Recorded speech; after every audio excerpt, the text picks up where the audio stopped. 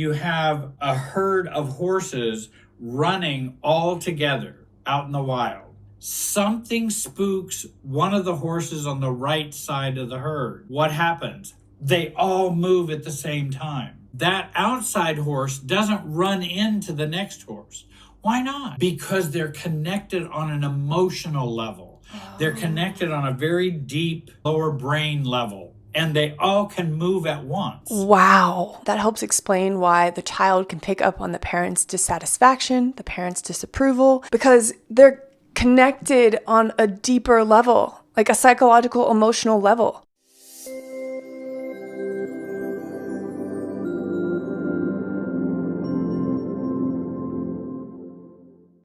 Hi, welcome back to the Anti-Alienation Project. My name is Maddie, and here I talk about all things related to a form of severe child psychological abuse known as parental alienation. This is something that I went through starting at the age of 9, and it basically involves one angry parent, often during a custody dispute or a divorce, but not always, who goes on an obsessive rampage to manipulate their child into rejecting their other loving parent without true justification. Essentially, it's a very pathological parent who sets their sights on doing whatever they need to do to convince that child that they are unloved, unworthy, that they are unwanted, or that their parent is bad, abusive, unloving, narcissistic, selfish. I realized the truth that I had been through this psychological abuse about 2 years ago. And since last summer, I've been speaking out about it on my project here because not many people know about this and how detrimental it is for the child. Today's video, I'm going to be reacting and responding to a video by Jerry Wise on YouTube called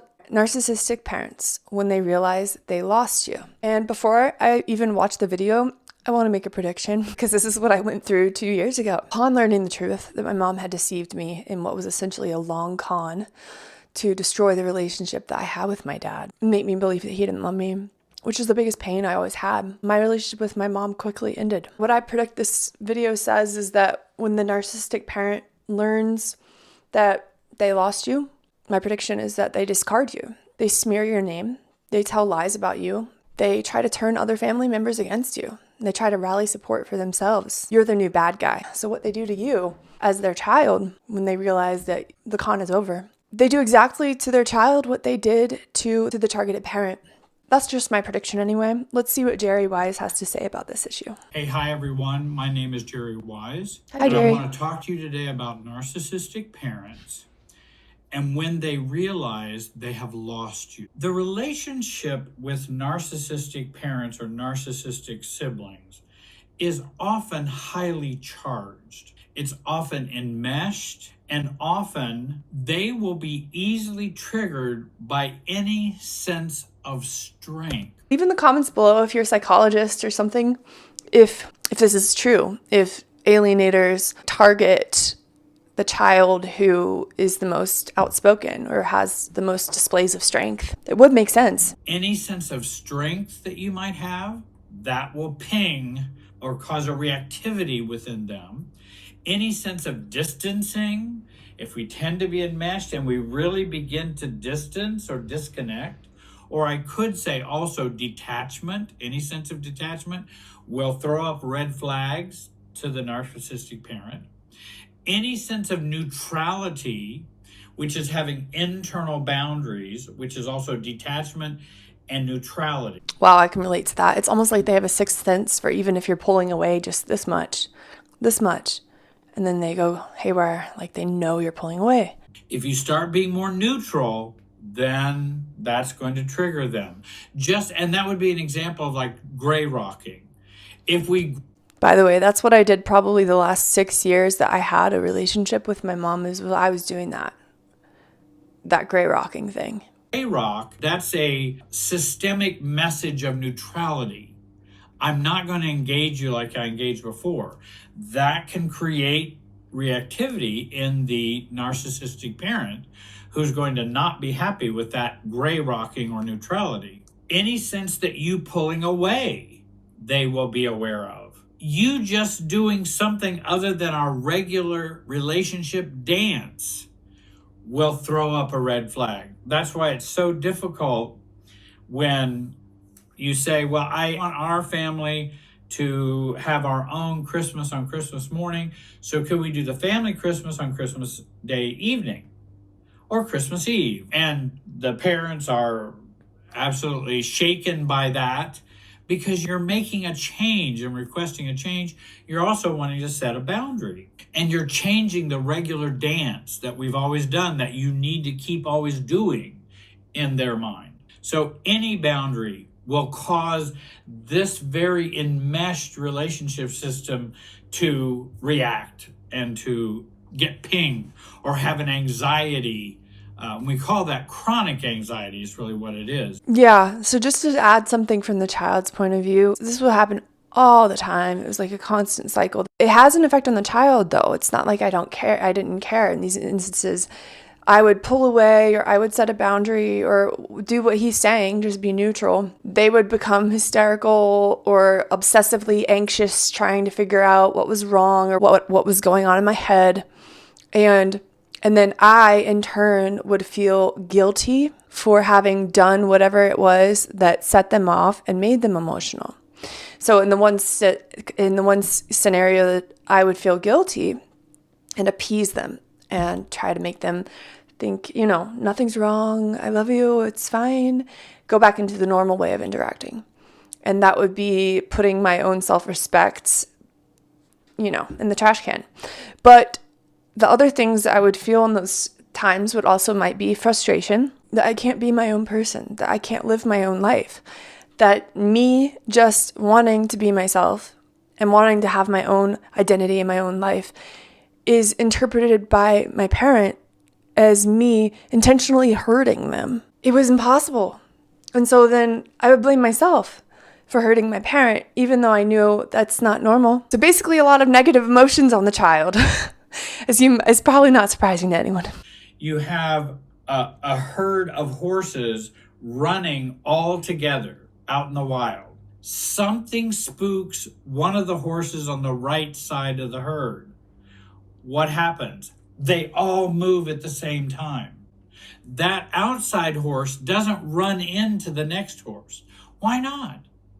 Because they're connected on an emotional level. They're connected on a very deep lower brain level, and they all can move at once.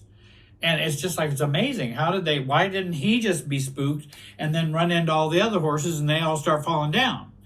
Because of their biological, psychological connection that we have in terms of who we are. Wow, that says a lot. That helps explain why the child can pick up on the parent's dissatisfaction, the parent's disapproval.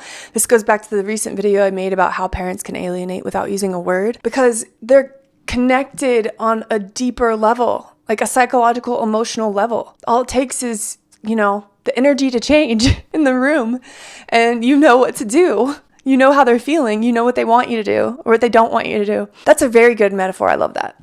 In other words, I like that enmeshed control I have over them, and I feel them going like this, where my fingers start coming apart.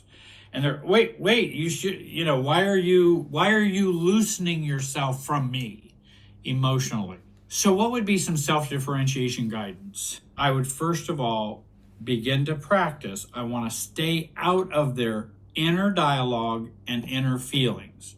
I think that's way easier said than done if you're in constant contact with the parent.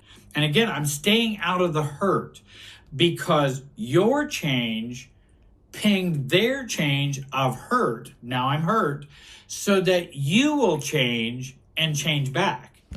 That's what I was just talking about like a second ago, how I would feel guilty, and then I would just go back to how my behavior was previously in the normal situation. Oh my God, I feel like this has all been a mind control effort my whole life. It really makes me feel used. If you have a parent like this, leave it in the comments. Do you ever feel used by that parent? Do you ever wonder if they ever truly loved you?